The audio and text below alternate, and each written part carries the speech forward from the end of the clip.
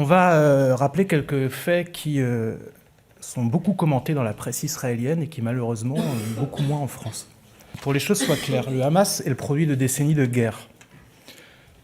C'est un mouvement qui commet des crimes de guerre, pouvant être requalifiés en crimes contre l'humanité, tout comme le gouvernement israélien le commet. Et je n'ai aucun problème, et on l'a dit dès la semaine dernière, à dire que le Hamas commet des actes de terreur, y compris des actes terroristes. La vraie question, c'est comment on qualifie cela en droit international pour juger, sauf si vous préférez la méthode de la vengeance collective qui n'est pas la nôtre et qui entraîne la spirale de la violence. Et il y a un deuxième problème, c'est que quand on qualifie la question des actes de terreur, elle renvoie également à certaines pratiques de l'armée israélienne. Donc le vrai sujet, c'est qu'il y a des actes de terreur qualifiés en droit international, il y a des crimes de guerre, il y a des crimes contre l'humanité.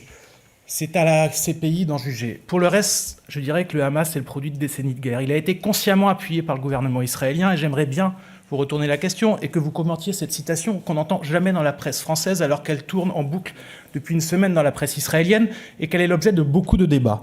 M. Netanyahou disait en 2019, devant les députés du Likoud, citation confirmée par Eli Barnavi, ambassadeur d'Israël en France, lors de la dernière réunion de la Commission des Affaires étrangères dans laquelle nous l'avons auditionné.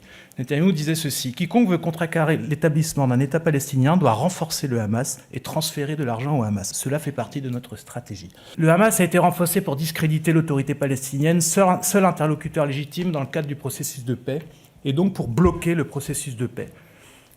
Processus de paix que le Hamas n'a jamais voulu, mais qu'une certaine droite israélienne n'a jamais voulu non plus, et qu'elle a toujours banni Yitzhak Rabin de sa mémoire collective à ce sujet.